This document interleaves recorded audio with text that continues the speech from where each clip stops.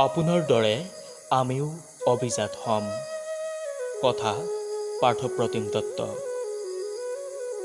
আপোনাৰ দৰে আমিও অভিজাত হ'ম। খমখমীয়া নোটৰ পাহাৰৰ লালসা নোহোৱাকৈয়ে আমিও অভিজাত হ'ম। অফিচৰ পৰা ঘৰলৈ উভতাৰ পৰত আপোনাৰ হাতত থাকিব চেণ্ডউইচ, বাৰ্গাৰৰ একোটাকৈ টোপোলা। আমি পাওৰুটিৰ পেকেট এটাকে আনিম। মায়ে সৰুতে কৈছিল, কাকো নকৰিবা বঞ্চিত, ভগাবা কিঞ্চিত কিঞ্চিত। ৰাতিপুৱা চোৱাপাতনিলৈ অহা কাউৰীজাকক আপুনি খেদি পঠাব। আৰু মোৰ ঘৰ এজাক শালিকা আহিব। মোৰ অভিজাত দেউতাই সিহঁতক বিস্কুটৰ টুকুৰা ভগাই দিব। সন্ধ্যা শীতৰ প্ৰকোপ বৰকৈ পৰিব। আপোনাৰ বাংলোৰ কোঠাই কোঠাই হিটাৰৰ উমাল পৰশে আৱৰি ৰাখিব।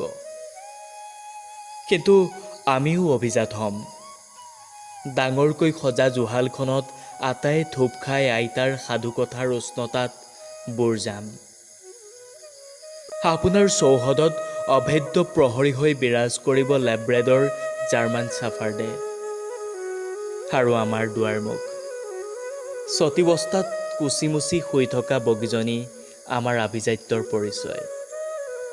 তাইৰ ডিঙিত শিকলি নাই।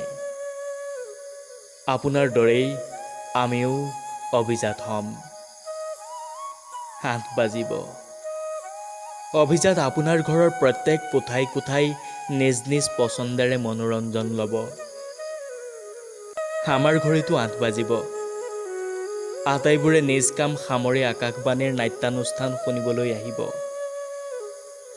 কাৰণ মোৰ অভিজাত দেউতাৰ এটা ৰেডিঅ' আছে।